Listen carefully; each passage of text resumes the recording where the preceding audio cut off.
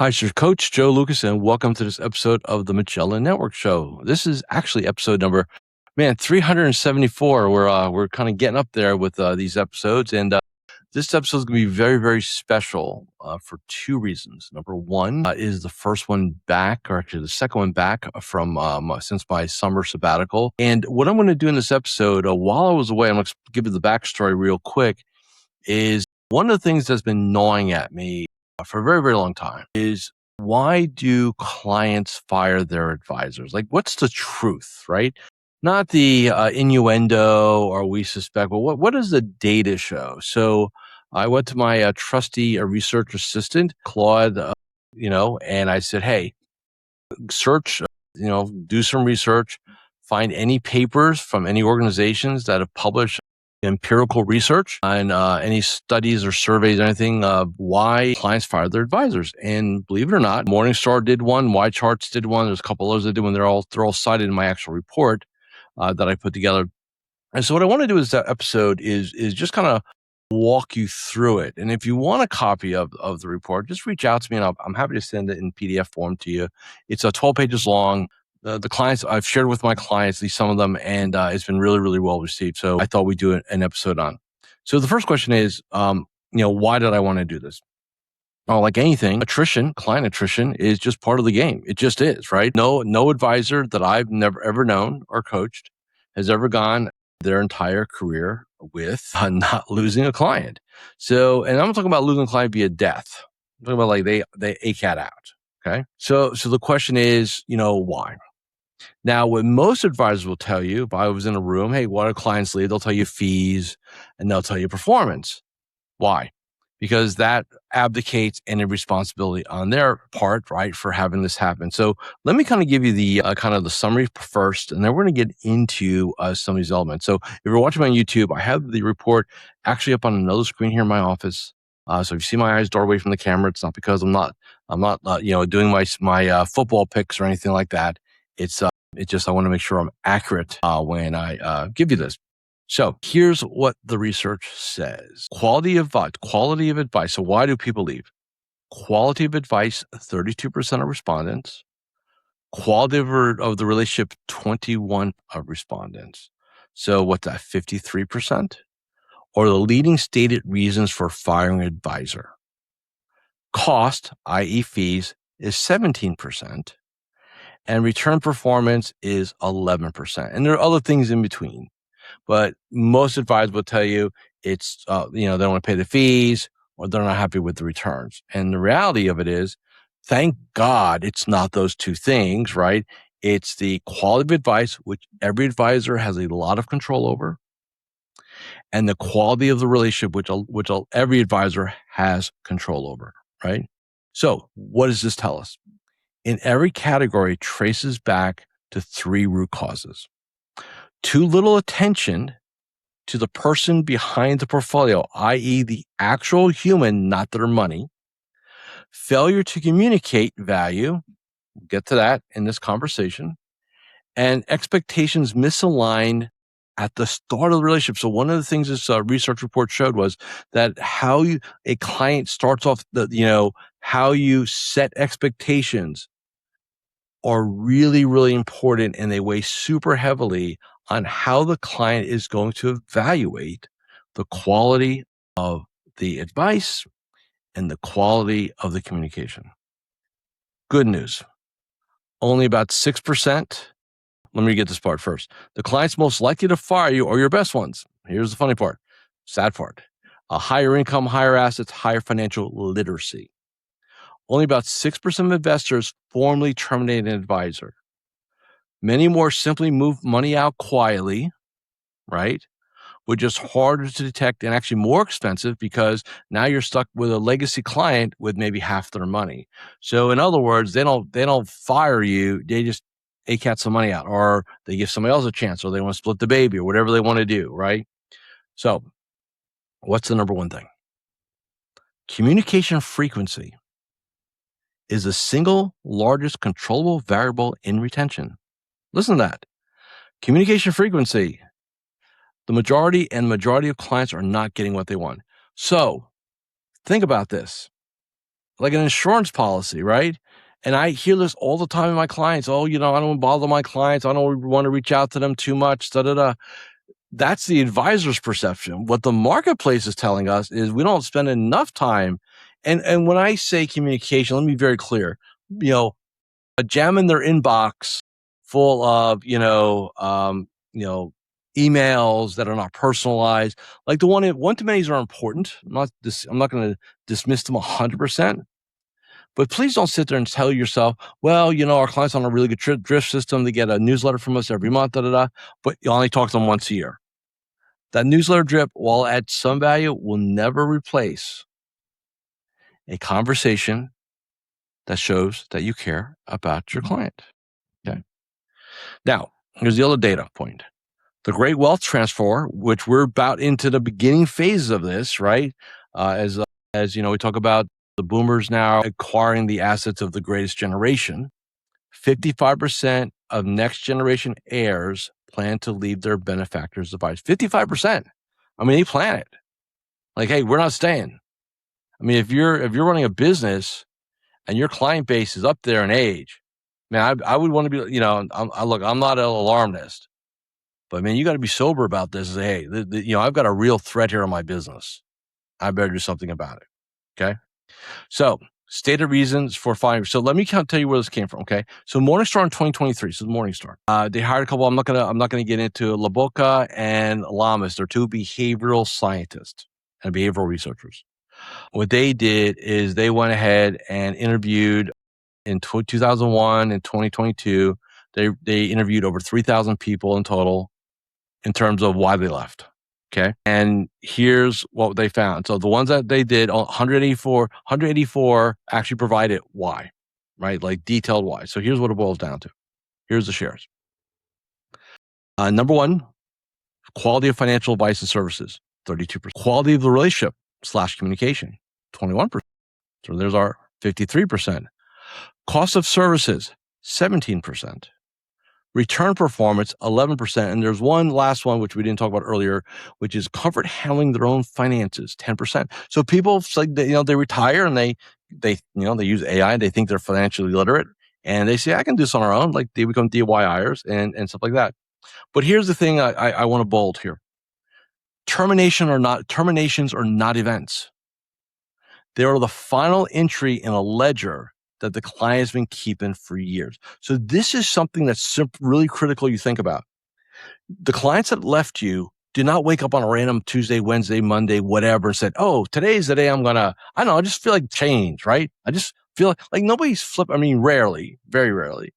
So this is something that has been festering for a long time. In essence, for most cases, based on data, for years, right?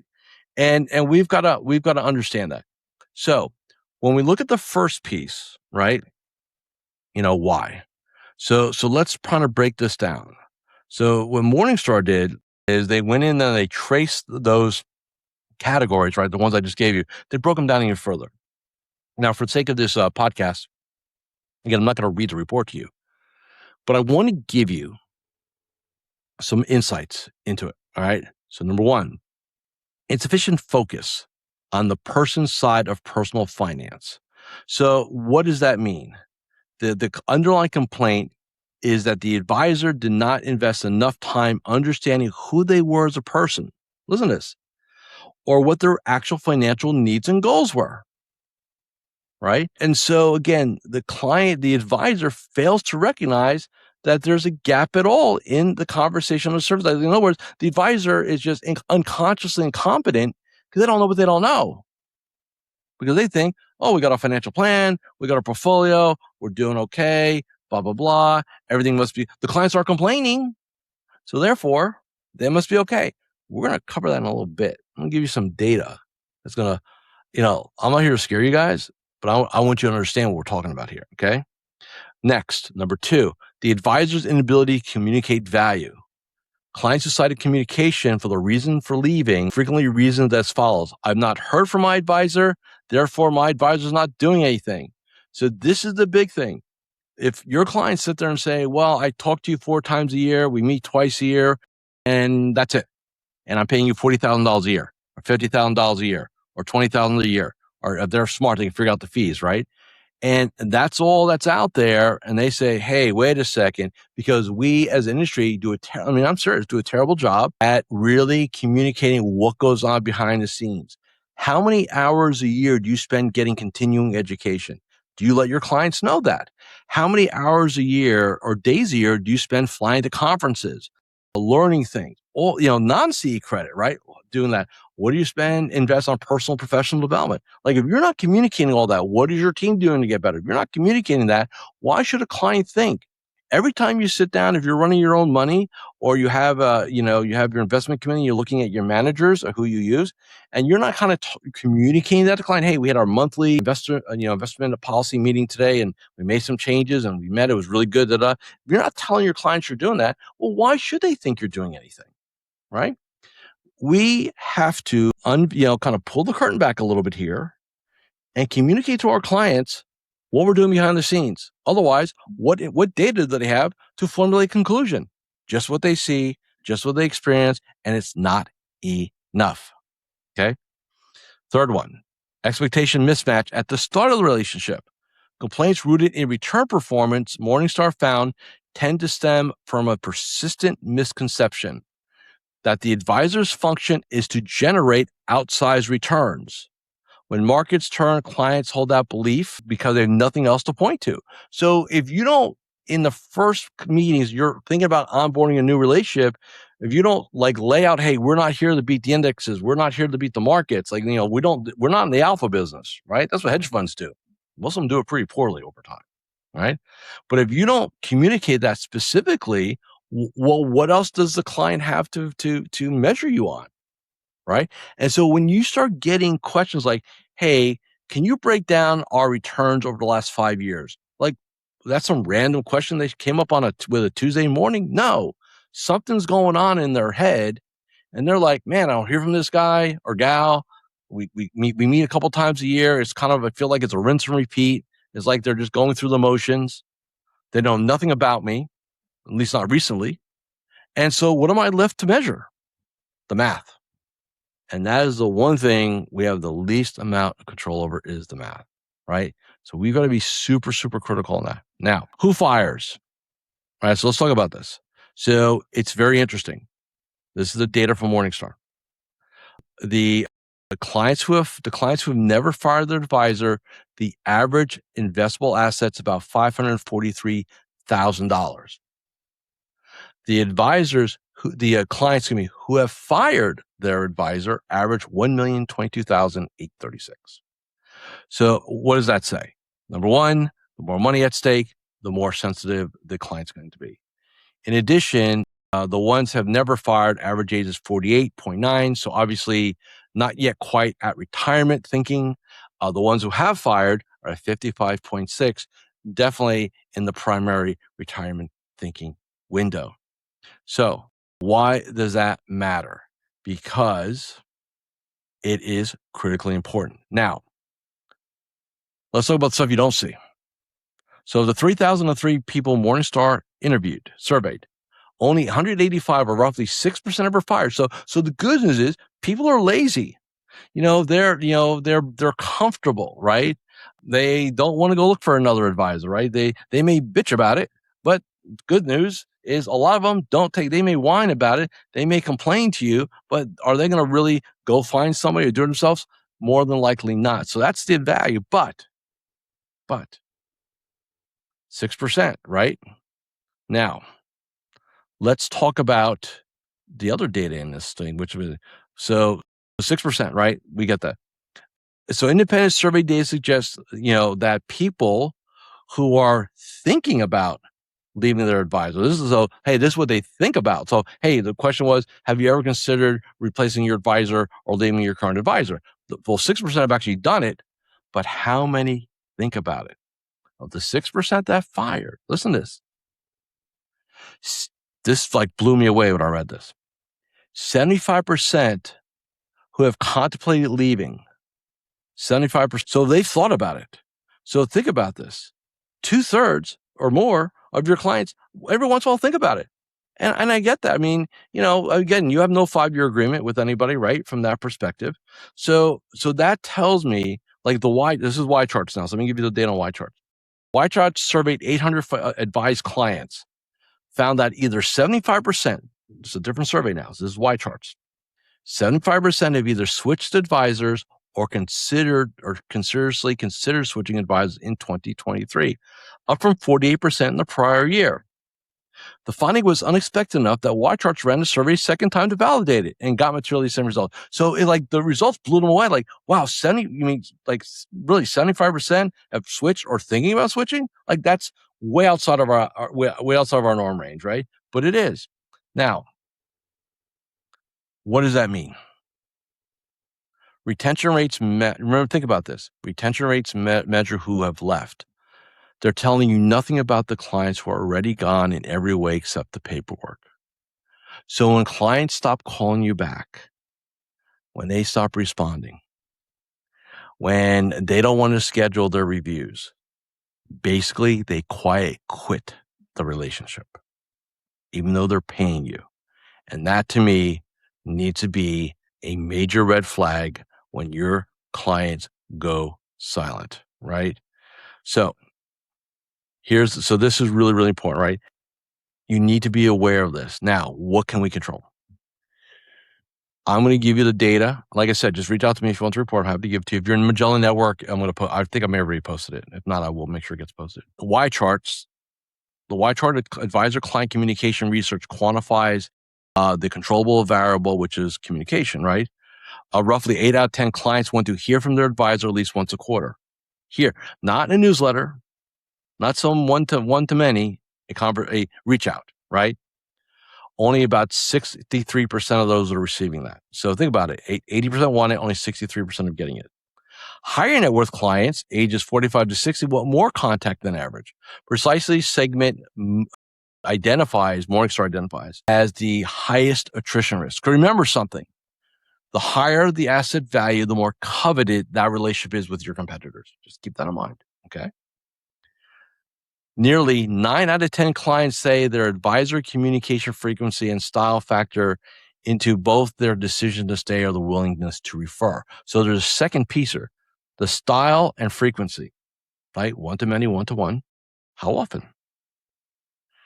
The decision to stay and the willingness to refer. So where this also affects us is we're not wowing them. So why should they turn us on to their friends, family, colleagues, and coworkers if they're not thrilled with what we're doing for them, right? Super, super, super important, right? So let's talk about the undercommunicated cost, right? So the data here says on average, clients report that about 64% of the content in a typical conversation with their advisor resonates with them, down from 70 from the prior year. So in other words, we're getting worse at the game, not better at the game. Among infrequently contacted clients, that figure falls to 59%. Among frequently contacted client rises to 71%. So again, it shows that even if you're communicating with them, it doesn't mean that's what they want to hear about, right? And then confidence tracks the same way. This is the compounding mechanism between the accumulated small grievance patterns. Remember I said, nobody wakes up in the morning one day and randomly says, oh, it's time to get a new advisor. There's a slow burn to this, right? And then with that slow burn, you're at risk. Your practice at risk. Let's face it, So Y charts found among clients who advisors communicate more often or more personally, 77% would be more confident in that advisor, 78% would be more likely to retain that advisor, and a whopping 81% would be willing to refer them. So more often and more personally. So what I'm saying here, and again, is we have to do both. We have to make sure. I would rather this has been my thesis for decades. I would rather clients say you're communicating to me too much. Hey, you don't need to send me all that stuff. You don't need to call me that much. You don't need to email like all that. Like, I would rather client tell you that than you assume that, oh, this is good enough, right? Like, no, it's not, right? So communication is not just about protecting the book. It's also about governing the referral engine. Like, if they don't feel like you have their back, why should they refer you? What's the inference? Oh, you have time for me? That means you're too busy. That means you don't have time for my referrals. So why should I make them to you? Right? That's really, really boils down to. So there's a lot of stuff in here. Now, Cerulean Associates. Again, we have a lot of data. We have a lot of different studies here we put in this white paper. Projects that $84 trillion with a T, right? More than the federal government but deficit these days, shockingly, will transfer their wealth to their spouses, heirs, and beneficiaries over the next 20 years. Okay. Here's the thing, though. It's a long-standing and widely cited finding that more than 70% of the heirs are likely to fire or change advisors up to marriage. 7 out of 10 are not going to keep you currently. 7 out of 10. Think about that. It's a massive number, right? So, early surveys of investors holding at least $250,000, right, small, found only 27% of future beneficiaries plan to keep their benefactors' advisors. Among those who have already inherited money, so this is what they're thinking about, the ones who already got the money, it falls to 20%, right? So here's why. They say the reason it sits is this. Half the respondents said they already have their own advisor. So shame on us as an industry for not getting down with the kids when they were having their kids, right? 529 plans, simple financial plans, term policies, small 401k rollovers, 529 plans. Boo on us as an industry for not thinking strategically. And this is the problem we have as an industry. We are sucked into the 30-day, 90-day cycle, and we do not think in terms of years and decades. So it's extremely short-sighted. What we need to do is think about 10, 20 years down the road. And I'm pushing this with my clients, like, hey, what's the percentage of multi-generational clients we have? And whatever the number is, it's not good enough. I got some clients that's 40, 50%, which is really, really good. Most are going to be in the probably 10 to 20% range, realistically, right? From that perspective. So half of them said, well, I already have my person. I don't need mom and dad's, right? The second most common answer, 28%, is they have no relationship with the root. So in other words, hey, I've got nobody. So number one, I got my own because we didn't offer it. And then the 28%, right? So that's what, 78%? We totally could solve that almost 8 out of 10 times as an industry, right? Only 14% said did not want to work with with an advisor at all, and only 10% said they did not meet their specific needs. So again, it's think about it, 3/4 basically. We could have solved that by being proactive. So again, this is the key thing that matters. So, like I said, if you want the research report, let me know. Let's talk about solving this. Again, this may be a whole nother podcast episode. Excuse me. But for now, let me just kind of put it out there. So number one is manage expectations day one in a new relationship. Treat onboarding as a retention system it is, right? If you not lay out the groundwork for what this relationship is with the client, about what's important and what we do and what we don't do, then why should they not? The onboarding process must explicitly define what the advisor is accountable for. Planning, behavior, tax coordination, risk, coordination of household's full financial life, and just as explicitly define what they are not accounting for, namely market returns. Like if you don't put that out there with a prospect early in the day, it's a problem. Now, AssetMark research indicates the following clients who will leave for a new advisor. Roughly 20% do so within the first year and 25% in the second year. So early relationship attrition is not a coincidence. It's an expectation gap. It's the expectation gap surfacing. So listen to that. The first 24 months are critical in any client relationship. How you frame it, right? All those things. Now, 2, build discovery around the person, not portfolio. So we have 2 programs here in Magellan Network. Get the Yes, which is our prospect to client conversion prospect, which is people-centric, not planning or performance or portfolio-centric. So we know this, right? We've solved this for our clients. And then we have Mastering the Art of People, which is a behavioral coaching program for advisors to coach their clients. Again, same thing, about the human being, not their money, not their plan, right? So bottom line, Morningstar's recommendation, basic 101s here. Devote more time, attention, and resource to understanding the client and use structured tools like discussion guidelines, checklists, and exercises, rather than relying on the conversation to get them there organically. So send your prospects home with some homework. What do you want? What don't you want? What are your financial goals? Like, what are your expectations? Like, it's okay. We do that inside of Get the Yes.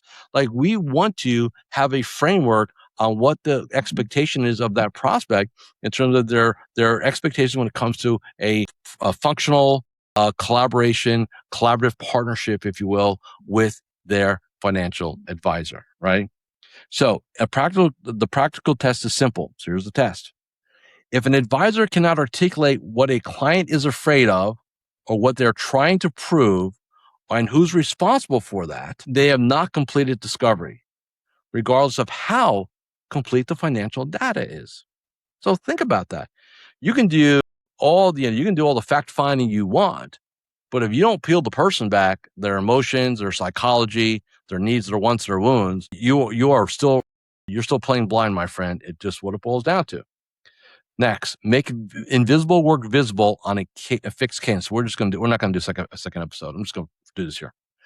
Commit to a minimum quarterly contact standard, weighting heavier for high asset households and clients ages 45 to 60. Consistency matters more than a channel or frequency. The purpose is not to fill airtime. It's to convert unwitnessed diligence into recognized value. A useful reframe for coaching conversation. An advisor is not being paid for monitoring. They are being paid for the client knowing that they are being monitored, right? So you can do a great job behind the scenes, but if you don't communicate that to your clients, what are they to think, right? Think about that. Number 4, order at the top of the book first. Given that the number one, the top 20% hold double the investable assets, retention efforts should be allocated inversely to how most practices allocate it. Segment the book by attrition risk, not just by revenue alone. Apply the highest touch protocols to households who departures would hurt the most. It's your top 20%, which is also per data the household most likely to depart, and again, most coveted by your competition. Next, convert single generation relationships into household relationships. Again, we're talking about multi-generation here, right? The single largest lever available, spousal inclusion, produces roughly 78% retention rate. Next generation exclusion produces the exact opposite. So if you don't talk about the adult children or their children in general, right, you will create a massive problem down the road for yourself. The engagement of spouses, adult children, and eventual beneficiaries must be scheduled. It must be a scheduled tracked function of the practice, not a conversation that gets postponed until an estate event forces. So, like if you're at the wake or Shiva or whatever it is that you're sitting at, and now you're trying to figure out how to connect with the next gen, number 1 is extremely distasteful. Number 2 is malpractice on your behalf. And number 3, it just is, it's just not the right thing, right? So here's what they said. Sorelli's researchers have noted that clients are frequently reluctant to discuss estate plans with their heirs at all, which means the advisor who wants the relationship generally has to initiate it. So you have to make the offer. I mean, that's the bottom line here, okay? So these are some things I want you to think about. This is a big ticking time bomb in your practice. And I'm not here to scare you. But here's the thing. My job as a coach with my clients is to make them aware. I have their back. I'm their second set of eyes. So guess what I'm doing with all my personal clients? Guess what I'm doing with all of our mastermind members, all of our members of Magellan Network? We're putting this front and center. Like, this is critically important that we get this handled. Okay. So first I want to thank you for listening or watching this episode of Magellan Network Show. I appreciate it. Again, my labor of love here. If you found this episode valuable, please forward it to a colleague in the game. Make sure you like and subscribe, whether it's YouTube or the podcast, right? That helps us. And if you have any questions, reach out to me. If you'd like a copy, just reach out for me, and I'll be happy to send it to you. Okay. So again, thank you for listening, watching this episode of the Magellan Network Show. I will see you all again, actually, after the Labor Day holiday.